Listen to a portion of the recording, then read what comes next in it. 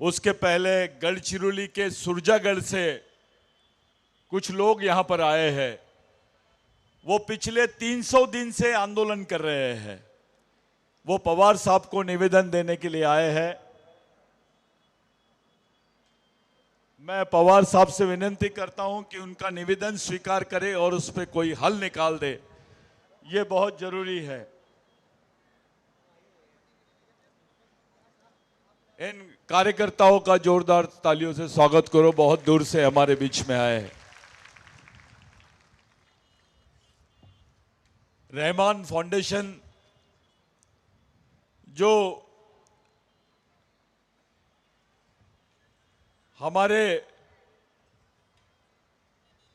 पूर्व वक्ता और इस देश के मशहूर व्यक्ति मौलाना नुमानी सर, सज्जाद नुमानी सर, इनके फाउंडेशन ने, रहमान फाउंडेशन ने बिरसा ब्रिगेड को इस कार्यक्रम के लिए उनके फाउंडेशन के लोगों ने 1 लाख रुपए का डोनेशन दिया है। मैं उनका धन्यवाद देना चाहता हूं। साथियों, बहुत समय हो गया है। इस कार्यक्रम में जब पवार साहब का नाम आया तो सब लोगों को ऐसा लगता है कि भाई पवार साहब हर कार्यक्रम में बिरसा ब्रिगेड के पवार साहब का नाम रहता है। एक बहुत बड़े कांग्रेस नेता ने मुझको पूछा, ये पवार साहब आदिवासी है क्या? तो मैंने बोला, आप ऐसा क्यों पूछ रहे हैं? नहीं, बोले बिरसा ब्रिगेड के हर कार्यक्रम में पवार साहब का नाम दिखता है। फिर यहीं के एक मराठा लीडर ने मेरे को बोला, यार पवार साहब आदिवासियों के कार्यक्रम में बहुत आते हैं, पवार साहब आदिवासियों के नेता बनना चाहते हैं। मैंने बोला, वैसा नहीं है, पूरी बात दुरुस्त कर लो। पवार साहब आदिवासी नेता है, आदिवासियों के नेता नहीं है, आदिवासी नेता है। साथियों, बिरसा ब्रिगेड की एक सोच है कि इस देश में धर्मनिरपेक्ष संविधान, सर्वधर्म समभाव का संविधान और इस देश की वास्तविक इतिहास पर आधारित संविधान, वो जीवित रहना चाहिए। हम लोगों ने ये जो अधिकार परिषद यहां पर रखी है, इसके पीछे के सिर्फ 3 बातें आपको बता देना चाहता हूं। आपको 5वीं 6वीं अनुसूची में जमीन के अधिकार है आदिवासियों को। पेशा में ग्राम सभा को अधिकार दिए कि ग्राम सभा की एनओसी के बगैर कोई प्रोजेक्ट नहीं चला सकते आप। यह सरकार ने ग्राम सभा के अधिकारों को एनओसी के बजाय परामर्श डाल दिया। आपके जितने जल जमीन जंगल के अधिकार है, इसको ये लोग समाप्त करते चले जा रहे थे। जिस समय पूरे देश के आदिवासी मणिपुर की घटना का विरोध कर रहे थे, उसी समय भारत की संसद में एक बिल पास हुआ जिसको फॉरेस्ट कंजर्वेशन एक्ट बोलते हैं, वन संवर्धन अधिनियम 2023। इस बिल में क्या लिखा है? इस बिल में लिखा है कि जंगल के पास की जितनी 100 किलोमीटर की रेंज की जमीन है, वो जमीन ये लोग 60 साल की लीज पर यहां के पूरे पूंजीपति कॉर्पोरेट्स को दे देंगे। यानी आदिवासी जिस जमीन पर वन दावा कर सकता था, वो जमीन अब कॉर्पोरेट को देने की तैयारी सरकार ने कर दी है। चाहे वो कॉर्पोरेट घराने के लोग इंडिया के रहे या विदेशी रहे। लेकिन साथियों, बात यहां तक नहीं थमी। भारत के इतिहास में ऐसा पहला बिल आया जिसमें लिखा गया कि आदिवासी क्षेत्रों में पुलिस के बजाय मिलिट्री लगा दी जाएगी, पैरामिलिट्री फोर्स लगाई जाएगी, अर्धसैनिक बल, सैनिक बल, ये आदिवासी क्षेत्रों में लगाया जाएगा। इसके 2 मतलब है। जब इनको ऑपरेशन करना था कश्मीर में 370 इन्होंने हटाया। अब इनको आदिवासी क्षेत्रों में ऑपरेशन करना है। मणिपुर की घटना भी उसमें से ही एक है। 371 और 372 आदिवासियों की 5वीं अनुसूची के क्षेत्र और 6वीं अनुसूची के क्षेत्रों से संबंधित क्षेत्र है। पहले ये लोगों ने 370 का ऑपरेशन किया, अब 371 और 372 का ऑपरेशन कर रहे हैं। जब यह बिल पास हुआ तो हमको ऐसा लगा कि राज्यसभा में यह बिल पास नहीं हुआगा। हम पवार साहब के पास में गए। जब पवार साहब को बताया कि यह तो गैजेट निकल गया, तो पवार साहब ने बताया मैंने पहली बार देखा हूं 20 मिनट में 7 बिल राज्यसभा में पारित किए गए हैं। मैं विपक्ष से बहुत उम्मीद कर रहा था कि विपक्ष के लोग इस बिल का राज्यसभा में विरोध करेंगे, लेकिन ऐसी परिस्थिति नहीं बनी। इसके पीछे क्या कारण है मैं नहीं बता सकता, लेकिन आदिवासियों के साथ में बहुत बड़ा अन्याय हुआ है। साथियों, मिलिट्री रहेंगी, पुलिस है तो पुलिस में आप कंप्लेंट करोगे, एफआईआर दर्ज करोगे, और एफआईआर दर्ज करोगे तो उस पर केस लगेंगी, आप उस पर कोर्ट में जा सकते हैं, जिसको कानून का राज बोलते हैं। जो पैरामिलिट्री फोर्स है, जो अर्धसैनिक बल है, जो सैनिक बल है, इनको एक ही ऑर्डर है कि आप किसी को भी मारो। इनको जो आर्म्स एक्ट है आसपा, उसके तहत किसी भी सैनिक के खिलाफ में आप एफआईआर दर्ज नहीं करा सकते। अगर आपका बलात्कार भी कर दिया, आपको मार भी दिया, तो उस पर कोई एफआईआर दर्ज नहीं होगी। अब पूरे आदिवासी समाज को सरकार ने सेना के हवाले कर दी है। इसका मतलब साफ है कि यह सरकार आदिवासी क्षेत्रों में सिविल वॉर की परिस्थितियों को निर्माण कर रही है। जैसे मणिपुर में आदिवासियों को मारा, अब 5वीं अनुसूची के क्षेत्र के आदिवासियों को मारा जाएगा। आप लोग क्या करोगे? कैसे बचोगे? किस तरीके से बचोगे आप? एक गढ़चिरौली का सुरजागढ़ प्रकल्प, जिसको ग्राम सभा की मान्यता नहीं है, वहां के बच्चों को लैट्रिन भी होती है तो लाल होती है।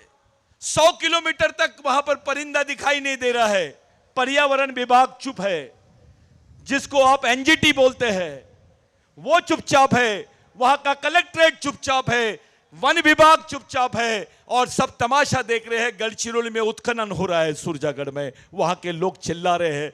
पिछले इतने दिनों से, यानी 100-200 दिनों से वो लोग बैठे हैं, कोई सरकार उनसे बात करने नहीं जा रही है। यही हाल यहां के भी होंगे, सह्याद्री के। ये सह्याद्री के पहाड़ दिखाई नहीं देंगे, यहां 2 ही लोग दिखाई देंगे। एक तरफ भगे हुए आदिवासी, उधर सेना और कॉरपोरेट घराने के लोग यहां पर उत्खनन का काम करेंगे। अरे पुलिस थी तब आप लड़ नहीं सके, मिलिट्री रहेंगी तो कैसे लड़ोगे? ये बताइए, कैसे बचोगे? जब आपको गोलियां मारी जाएंगी, आप क्या करोगे? कौन सा एफआईआर जाओगे? कहां पर लूटोगे? सुप्रीम कोर्ट के जजेस की रिपोर्ट है कि जो अन्याय अत्याचार सेना ने कही है वहां के आगे लोगों के साथ में, वो किसी ने नहीं किया। और ये ऐसे क्षेत्रों में ये सेना नहीं लगाना चाहिए। बावजूद उसके ये सरकार ने आदिवासी क्षेत्र में सेना लगाने का प्रावधान उस बिल में किया है। हमको एक युद्ध की तरफ, गृह युद्ध की तरफ धकेला जा रहा है। टारगेट कर रहे हैं। हिंदू राष्ट्र का मतलब है आदिवासी मुक्त भारत, बिगर आदिवासियों के भारत। जो इस देश का मालिक है, उसी को अब देशद्रोही बोल के मारा जाएगा। आप थोड़ा भी आंदोलन करोगे तो आपको नक्सलवादी या देशद्रोही बोला जाएगा, राष्ट्र विरोधी बोला जाएगा, विकास विरोधी बोला जाएगा। ये जो काला चबूतरा का आज हमने सम्मान समारोह रखा है, इसको अभी तक के आर्कियोलॉजिकल डिपार्टमेंट, एंथ्रोपोलॉजिकल डिपार्टमेंट ने मान्यता नहीं दिया।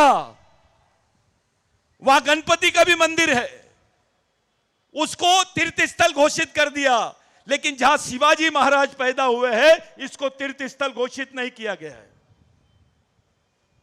वहां गणपति का मंदिर है, वो तीर्थ स्थल घोषित हुआ है, लेकिन इस जमीन पे तो शिवाजी महाराज का जन्म हुआ है। उसके बारे में क्या अभी तक क्या उस पे आर्कोलॉजिकल डिपार्टमेंट कुछ नहीं बोलता है, एंथ्रोपोलॉजिकल डिपार्टमेंट कुछ नहीं बोल रहा है।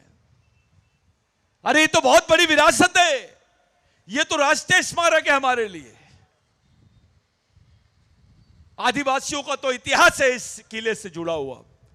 साथियों, काला चबूतरा को मान्यता देना यानी आदिवासियों के उस जमीन पर अस्तित्व को मान्यता देना है, और जो आदिवासी विरोधी लोग हैं वो आपको कभी मान्यता नहीं देंगे। वो नहीं चाहेंगे कि शिवाजी महाराज का संबंध आदिवासियों के साथ जो था उसका खुलासा हो जाए। ये लोग आदिवासींचा राजा बोलते हैं शिवाजी महाराज को, हम बोलते हैं वो आदिवासी राजा था। सेना आदिवासियों की, जमीन आदिवासियों का, किला आदिवासियों का, और राजा शिवाजी बनाने का जो काम है, ये जो उदाहरण है केवल आपको सिमनेरी में दिखता है। आदिवासियों की सेना, आदिवासियों का क्षेत्र, और शिवाजी महाराज को हमने अपना राजा माना है। उससे पहले जिजाऊ को अपना माना है। यह आदिवासी संस्कृति की विशेषता है। हम लोग महिलाओं को ज्यादा स्थान देते हैं, नहीं तो शिवाजी महाराज के पिताजी का देहांत होने के बाद उसको तो ये लोग सती करने के मूड में थे, लेकिन आदिवासियों की वजह से उसको यहां पर राज्य दिया गया, उनके हाथ में, जिजाऊ के हाथ में पूरी सत्ता सौंपी गई। इसका केवल विरोध आदिवासियों ने किया। चाहे राज्य अभिषेक का मामला हो शिवाजी महाराज के, तो राज्य अभिषेक जो ब्राह्मणों ने पहले किया, उसके पहले शिवाजी महाराज ने आदिवासी पद्धति से उनका राज्य अभिषेक हुआ है। इसका उल्लेख आपको मिलता है। उनको पता रहने के बाद भी उन्होंने दोबारा राज्य अभिषेक किया, क्योंकि वो डर गए कि शिवाजी महाराज की जो व्यवस्था है, यहां पर जो मनुवादी व्यवस्था है वो खत्म हो जाएगी, उसका अस्तित्व खत्म हो जाएगा। इसलिए शिवाजी महाराज का फिर से इन्होंने ब्राह्मणवादी पद्धति से राज्य अभिषेक कराया। यह मैं इसलिए बता रहा हूं क्योंकि हमको मालूम होना चाहिए कि मामला कहां जा रहा है। आदिवासियों का जो समर्थन शिवाजी महाराज के प्रति था, संभाजी महाराज के प्रति था, वो छुपाया गया है। इतिहास में जिन्होंने शिवाजी महाराज के लिए कुछ नहीं किया उनके नाम है, लेकिन जिन्होंने उन पर अपना सर्वस्व निछावर कर दिया उनका कोई नाम नहीं दिखाई देता है। हमारा संबंध आदिवासी संस्कृति से है, शिवाजी महाराज का संबंध आदिवासी संस्कृति से है। यह कृषि संस्कृति का प्रतीक है। शिवाजी महाराज ने जय श्री राम नहीं बोला, हर हर महादेव बोला है। यह बेसिक है। वो शिवाजी महाराज की बात कर रहे हैं हम। हिंदी भी स्वराज्य बोला, हिंदू स्वराज्य नहीं बोला। हिंदी भी यह प्राकृत शब्द है। सिंधवी राज्य को, सिंधु संस्कृति के राज्य को हिंदवी संस्कृति का राज्य बोला जाता था। संभाजी महाराज ने क्या किया? राज्य में संस्कृत भाषा के बजाय प्राकृत भाषा को राज्य भाषा का दर्जा दिया। यह प्राकृत भाषा बोलने वाले कौन है? वो मावड़े लोग हैं। फिर वो मराठा हो, ओबीसी हो, आदिवासी हो या अन्य कोई हो, मुस्लिम भी हो सकता है। यह वास्तविकता है। आज तो देश की सबसे पहली भाषा संस्कृत। इसका मतलब पहला आदमी जो संस्कृत बोलता है वो पहला आदमी। देश में 2 लाख लोग नहीं है जो संस्कृत बोलते हैं, लेकिन मावड़ी मराठी बोलने वाले जो लोग हैं लाखों की संख्या में है। एक षड्यंत्र चल रहा है, संस्कृत से मराठी भाषा निर्माण हुई है। गलत बात। मराठी भाषा संस्कृत से पूर्व की भाषा है। यह प्राकृत से निर्माण हुई भाषा है। आपको सोचना पड़ेगा कि आपके अंतर संबंध क्या है, हमारे जेनेटिक रिलेशंस क्या है, हमारे डीएनए कौन से रिलेशंस के हैं। इन सब बातों को ध्यान में रखते हुए हम लोगों ने यहां पर शरद पवार साहब को बुलाया है। शरद पवार साहब को लोग स्वार्थ रखते हुए बुलाते होंगे कि हमारा नेता है, कुछ तो भी हमको मिल जाएगा, 5-6 सीटें मिल जाएंगी, कोई पद मिल जाएगा। बिरसा ब्रिगेड ऐसा कुछ नहीं सोचता है। जिस व्यक्ति को यह सम्मान मिलना चाहिए, जो व्यक्ति अगर नागपुर के आरएसएस के हेडक्वार्टर से कोई संदेश निकलता है तो बाकी लोग मानते हैं, फिर पवार साहब का भी तो अपने बीच में एक इतना बड़ा स्थान है। क्यों ना शिवनेरी से कोई संदेश निकले और देश के दलित, आदिवासी, ओबीसी, माइनॉरिटी के लोग उस पर बात करें। किसी को इस बात का अंदेशा नहीं था। पवार साहब का जो नेतृत्व है, सभी लोग बोलते हैं पवार साहब को राष्ट्रीय नेता बनाएंगे। कैसे बनाएंगे? राष्ट्रीय स्तर पे हम पवार साहब को कैसे ले जाएंगे? यहां का मराठा भाई भारी नहीं निकलता है, यहां का ओबीसी भाई भारी नहीं निकलता है, यहां का अंबेडकरी भाई भारी नहीं निकल रहा है। इसलिए नागपुर में इंटरनेशनल कॉन्फ्रेंस बुलाई गई थी ताकि विश्व के तमाम देशों के आदिवासी भी पवार साहब को अपना लीडर माने। देश के आदिवासी पूरे पवार साहब पर विश्वास करें, क्योंकि यह नेतृत्व जो है, यह देश का सीनियर नेतृत्व है, मैच्योर्ड नेतृत्व है। ऐसा लीडरशिप डेमोक्रेसी में, भारत के लोकतांत्रिक इतिहास में हमारे हिस्से में आगे नहीं आने वाली है। इस लीडरशिप के महत्व को समझना पड़ेगा हमको। पूरे देश के बाकी राज्यों के लोग भी पवार साहब की तरफ एक आशा भरी निगाह से देखते हैं कि अगर देश में कोई व्यक्ति राजनीतिक सत्ता परिवर्तन और सामाजिक परिवर्तन की बात कर सकता है तो वो है पवार साहब। मूवमेंट का उन पे विश्वास है, हम बहुत विश्वास करते हैं। और कोई किसी के सर्टिफिकेट की जरूरत नहीं है हमको कि भैया पवार साहब पे ये ऐसा करते हैं, तुम्हें हमको कोई जरूरत नहीं है। जो है खुला खुला है। हमने पिछले मीटिंग में एक बात बोल दी, वो न्यूज में चला दी कि हम कमांडर है, लेकिन हमारे चीफ कमांडर शरद पवार साहब है। ये बात वो न्यूज पे चलाई जा रही थी। कुछ लोगों को हजम नहीं हुआ ये, कुछ लोगों को बड़ा अलग लगा कि पूरे आदिवासी पवार साहब के साथ क्यों रे भाई। तो ये अंदर की बात है, बाहर की बात नहीं है, ये बात अंदर की है और इसको अंदर ही रहने दिया जाए, ये बहुत अच्छी चीज है। साथियों, पूरे मूवमेंट के लोग, आज के दिन इतनी बड़ी संख्या में आप लोग उपस्थित हुए। देश में क्या चल रहा है, मध्य प्रदेश, छत्तीसगढ़ में, राजस्थान में इलेक्शन है, यह आदिवासी बहुल राज्य है, आपको वहां भी नजर रखनी है। हमारे साथ क्या हो रहा है, हमारी मां बहनों को नंगा घुमाया जाता है। कुछ लोगों ने बोले अपने आमदार बनाओ, अपने सांसद बनाओ। मैं उनसे पूछा, राज्यपाल कौन थी मणिपुर की? वो भी आदिवासी थी। राष्ट्रपति कौन है देश का? वो भी आदिवासी महिला थी। राज्यपाल भी आदिवासी महिला, राष्ट्रपति भी आदिवासी महिला, और आदिवासी महिला को ही नंगा घुमाया जा रहा है। और हम लोगों को वो खबर 3 महीने बाद पता चलती है, उस पर कोई पार्लियामेंट पे चर्चा नहीं होती है।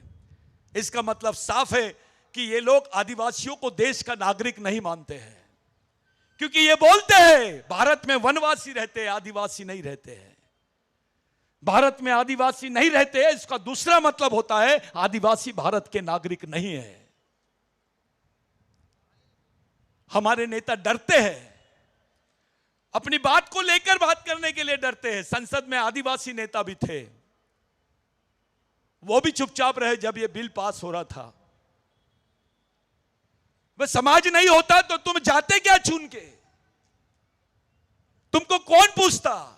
आरक्षण नहीं होता तो तुम्हारी औकात थी क्या? तुमको कोई पूछता? वहां सांसद बनाता, मिनिस्टर बनाता, विधायक बनाता, कोई नहीं पूछता। साथियों, एक अलग षड्यंत्र चालू है देश में आदिवासियों के खिलाफ में। अब हमारी पूरी जमीनों के अधिकार खत्म, आरक्षण खत्म। अभी आरक्षण नहीं है तो ये बाकी किसी को डाल के कि भैया इनको आदिवासियों की सूची में डाल दो, इनको ये कर दो, ये जो बहकाने का काम है ये तो करेंगे ही। सवाल आरक्षण और बोगस आदिवासी का तब खड़े होता है जब तुम्हारे पास पोस्ट हो। पूरे देश में देखो आप, अभी तक के केंद्र सरकार ने आदिवासियों के कितनी पोस्ट भरी है, इस पर अगर आप चुप लोगे तो आपको समझ में आ जाएगा कि ये क्या आरक्षण का क्या महत्व है आपके पास। आरक्षण जो है अपॉर्चुनिटी पर डिपेंड रहता है, directly proportional to opportunity. Reservation is proportional to opportunity. Opportunity है, पोस्ट है तो आरक्षण है। हमारे जो लोग हैं पढ़े लिखे लोग, वो लोग अभी आरएसएस के शिकंजे में फंसते जा रहे हैं। उनको समझ में नहीं आ रहा कि उनका खात्मा कौन कर रहा है। वो अपने ही हाथों से अपने बच्चों की कब्र खोद रहे हैं। अरे आपकी बच्चों की नागरिकता नहीं रहेगी, आपकी पहचान नहीं रहेगी, आपके जमीन के अधिकार नहीं रहेंगे। आपको जमीन दिलाने के लिए राघोजी भांगरे को मरना पड़ा, आपको पहचान दिलाने के लिए संभाजी महाराज को मरना पड़ा। फैलाया जाता है संभाजी महाराज को मुगलों ने मारे, गलत। पर संभाजी महाराज को मुगलों ने नहीं, मनुवादी तरीके से उनको सजा दी गई। किसने मारा संभाजी महाराज को? यह प्रश्न अपने दिमाग में लाओ, उसको शोधो। शंकर शाह रघुनाथ शाह को फांसी की सजा हुई, उनको तोप से उड़ा दिया गया। बाबूराव शर्मा के को फांसी दी गई, लटक गए, टूट गया, फिर भी लटकाया गया। मरने के बाद उनको चूने की भट्टी में डाला गया। बिरसा मुंडा को फांसी की सजा सुनाई गई, रात भर उनकी चमड़ी निकाली गई। उनको बोला गया कि बोल तू आदिवासी नहीं है। वो मर गए, लेकिन बोलते रहे मैं आदिवासी था, आदिवासी हूं, आदिवासी रहूंगा। ये जो यातनाएं हमारे साथ हुई है, ये मनुस्मृति के हिसाब से दी गई सजा है। हमारे पास लीडरशिप है, हम लोगों ने दूर की सोचना चाहिए, बहुत दूर की सोचना चाहिए। सब लोगों ने मिलकर आना चाहिए, पवार साहब के सामने खड़े रहना चाहिए, उनके पीछे खड़े रहना चाहिए, काम से लग जाना चाहिए कि हमको करना क्या है। यह समय बहुत नाजुक है, कोई आए या ना आए, बिरसा ब्रिगेड पवार साहब के साथ में रहेगा, है और हमेशा रहेगा। आप लोग एक बात के लिए सतर्क हो जाए, गांव गांव में शिविर शुरू होना चाहिए। ज्यादा लीडरशिप का भूत खड़ा नहीं होना चाहिए। मैं अध्यक्ष हो, मैं राष्ट्रीय अध्यक्ष हो, मैं तालुका अध्यक्ष हो, मैं प्रदेश अध्यक्ष हो। अबे तेरे को इंटरनेशनल अध्यक्ष बना देंगे। जब यही कुछ नहीं रहेगा तो करेगा क्या? दिमाग से तैयार होना है। बिरसा मुंडा ने बोला, जो समाज आर्थिक रूप से गरीब रहेगा चलेगा, लेकिन विचारों से गरीब नहीं रहना चाहिए। जो विचारों से गरीब रहता है वो गुलाम पैदा होता है और गुलाम ही मर जाता है। हमको भूलना नहीं चाहिए हम संभाजी महाराज की औलाद है। हमको भूलना नहीं चाहिए हम राघोजी भांगरे की औलाद है, तंटा भील की औलाद है, बाबा साहब की औलाद है, महात्मा फुले की औलाद है। हमको भूलना नहीं चाहिए। साथियों, जिस दिन आदिवासी वनवासी हो जाएगा, उस दिन यहां का मराठा, यहां का ओबीसी, यहां का एससी, यहां का मुस्लिम, यहां का क्रिश्चियन अल्पसंख्यक स्वर्गवासी हो जाएगा। आदिवासी तो केवल वनवासी होगा, लेकिन बाकी लोग स्वर्गवासी हो जाएंगे, क्योंकि इनकी जो सांस्कृतिक पहचान है इस देश से खत्म हो जाएगी। अगर मराठा भाई को बोलना है कि मैं देश का मालिक हूं, तो उसको बोलना ही पड़ेगा मैं आदिवासियों का वंशज हूं। ओबीसी भाई को बोलना है कि मैं देश का मालिक हूं, तो उसको बोलना पड़ेगा मैं आदिवासियों का वंशज हूं। दलित भाई को भी बोलना पड़ेगा मैं आदिवासियों का वंशज हूं। मुस्लिम भाई को भी बोलना पड़ेगा, क्रिश्चियन भाई को भी, सिख भाई को भी। ये आदिवासियों पे जो अटैक है, ये हो रहा आदिवासियों पर है, लेकिन इनडायरेक्टली सब पर अटैक है, क्योंकि ये कल्चरल अटैक है। आपकी धार्मिक पहचान को सामने लाने की बात कर रहे हैं, लेकिन आपकी सांस्कृतिक पहचान को सामने नहीं लाया जाता। आप हिंदू हो करके आपको आरक्षण नहीं है, ये धार्मिक पहचान है, लेकिन संविधान में जो आपके लिए फैसिलिटी है वो सामाजिक पहचान के आधार पे है। आप ओबीसी होकर के आरक्षण है, एससी होकर के आरक्षण है, आदिवासी एसटी होकर के आरक्षण है। ये धार्मिक नहीं, सामाजिक पहचान है। आने वाले समय में एक सही आंदोलन इस देश में चलाने के लिए आपको सबको मिलकर काम करना पड़ेगा। आप लोगों से विनती करता हूं, जितने कार्यकर्ता है, जो बिरसा ब्रिगेड के लोग हैं, नए लड़के हैं, सब लोग कोई दिल में नाराजी ना रखते हुए सबको लेकर चले, गांव गांव चले। हमको पूरे लोगों को मध्य प्रदेश शिफ्ट होना है। हम लोगों ने तय किया है कि यहां से 10,000 लड़के मध्य प्रदेश और छत्तीसगढ़ के लिए जाएंगे। एक बार हम लोग गढ़चिरौली में भी अपनी ताकत का प्रदर्शन करेंगे। जो आंदोलन सुरजागढ़ में चल रहा है, उस आंदोलन को लोकतांत्रिक तरीके से हम लोग लड़ने की तैयारी करेंगे, चाहे सुप्रीम कोर्ट में लड़ना पड़े या और कहीं हमको रास्ता बने उसके लिए। वो बच्चे भी हमारे बीच में आए हैं। आज के दिन जो आप लोगों ने कार्यक्रम किया, भीड़ ज्यादा दिखना यह महत्व की बात नहीं थी। मैं देख रहा था कि पवार साहब को कितने लोग सुन रहे हैं, नोमानी साहब को कितने लोग सुन रहे हैं, कैसे सुन रहे हैं, क्या सोच रहे हैं। ये कोई भीड़ और इलेक्शन की मीटिंग नहीं थी। यहां से आपको जाकर कोई नया तैयारी करना है, समाज की नई लड़ाई लड़ना है। अब तुम्हारे अस्तित्व पे खतरा आ गया है। गांव गांव में, सह्याद्री के गांव गांव में मिलिट्री लग जाएंगी। क्या करोगे तुम बताओ बड़ा? अपना कौन सा नेता सक्षम है? क्या कर लेंगे हम?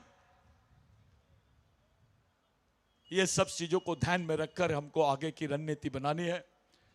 आप तमाम लोगों से, तमाम भाइयों से जो मिशन को चाहते हैं, मानते हैं और मिशन में काम कर रहे हैं, मिशन को चला रहे हैं, इन तमाम लोगों से मेरी विनती है कि आने वाले समय में अपनी वास्तविकता की तरफ हम लोग बढ़ेंगे। जो बाहर कैडर है उनसे मेरी विनती है, अंदर आ जाए कंपाउंड के इधर साइड, सब लोग आ जाओ जल्दी से। हम सब लोग खड़े होके पवार साहब की उपस्थिति में हमारे तमाम शहीदों को आदरांजलि देंगे, जिनके याद में हम लोग आज ये कार्यक्रम रखे हैं। अपने अपनी जगह पे सब लोग खड़े हो जाए। हम लोग जितनी उम्मीद से आप लोग आए हैं, अलग अलग राज्य से लोग आए हैं, वो तमाम लोगों से मैं विनती करता हूं कि वो अपनी जगह पर आए, खड़े रहे। आपके पास राष्ट्रगीत होगा भैया, राष्ट्रगान है कि नहीं?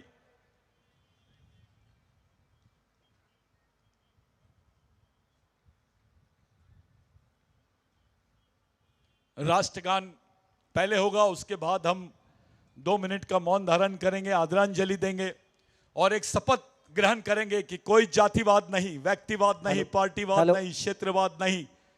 डॉक्टर विलास गवारी लिखित उठाव नावाचं पुस्तक आहे, याचं प्रकाशन या ठिकाणी झालेलं आहे। सर्वांनी टाळ्या वाजवायच्या आहेत। मैं साहब से विनंती करता हूं कि उस किताब को उठा के सब लोगों के बीच में दिखाए। आया है ये पुस्तक, आप जरूर पढ़िए। इसमें बहुत सारी हिस्ट्री आदिवासियों के बारे में और जुन्नर से जुड़ी हुई बहुत सारी हिस्ट्री आपके बीच में है। और जो लोग यहां से जाने के पहले यहां पे एक चादर डाली जाएंगी, अपना सहभाग डाल के जाना, कुछ सहयोग दे के जाना। ये जो आयोजन होता है अपना मूवमेंट का, आपको तो मालूम है कि अपन लोग कैसे काम करते हैं, तो वो सहयोग रख के जाना। सब लोगों से विनती है, यहां पर एक चादर डाल देना। मैं राष्ट्रगीत आप शुरू करेंगे, ऐसी मैं आप लोगों से विनती करता हूं। जनगण मन अधिनायक जय हे भारत भाग्य विधाता, पंजाब सिंधु गुजरात मराठा द्राविड उत्कल बंग, विंध्य हिमाचल यमुना गंगा उच्छल जलधि तरंग, तव शुभ नामे जागे, तव शुभ आशीष मागे, गाहे तव जय गाथा। जनगण मंगलदायक जय हे भारत भाग्य विधाता, जय हे जय हे जय हे जय जय जय जय हे। तमाम शहीदों को 2 मिनट नीचे मुंडी डाल के मौन धारण करेंगे, ऐसी विनंती करता हूं।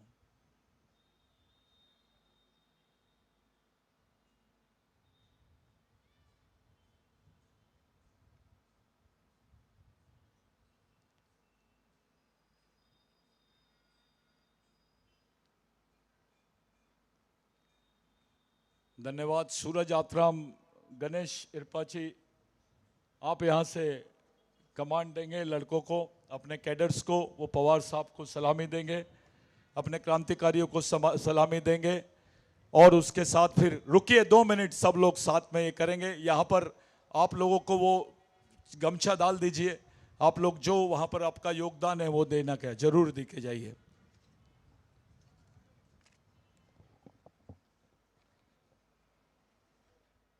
ऑल कैडेट सावधान। हमारे महामानव राघोजी भांगरे जी को पूरे समाज की ओर से, मूवमेंट की ओर से एक सामाजिक सल्यूट प्रदान करेंगे। सल्यूट 1।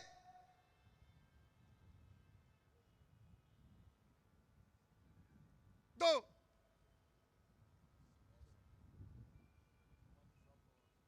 हमारे मूवमेंट के गॉडफादर आदरणीय शरद चंद्र जी पवार साहब, इनको मूवमेंट की ओर से और समाज की ओर से एक सामाजिक सम्मान प्रदान करेंगे। सैल्यूट 1। 2। हमारे साहब सज्जाद नोमानी साहब, जिन्होंने आदिवासी समाज के बारे में बहुत अच्छी विचारधारा समझी और हमको समझाया कि हमका ब्लड रिलेशन क्या है, हमारी वैचारिक रिलेशन क्या है, जिन्होंने हमारे सामने रखा कि हम खतरे में कैसे और हम लड़ेंगे कैसे। ऐसे वैचारिक विचारिक तोप को हम लोग मूवमेंट की ओर से एक सल्यूट के तौर पर उनको सामाजिक सम्मान प्रदान करेंगे। सैल्यूट 1। 2।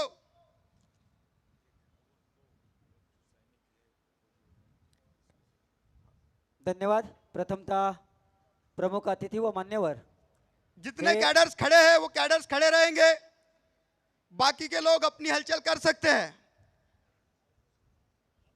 साथियों, हम अपनी मूवमेंट की तरफ से जितने ट्रेंड कैडर है, सर्व हम कार्यकर्त्यांना विनंती अपने आहे, महामानवों को यहां से एक सम्मान प्रदान करेंगे।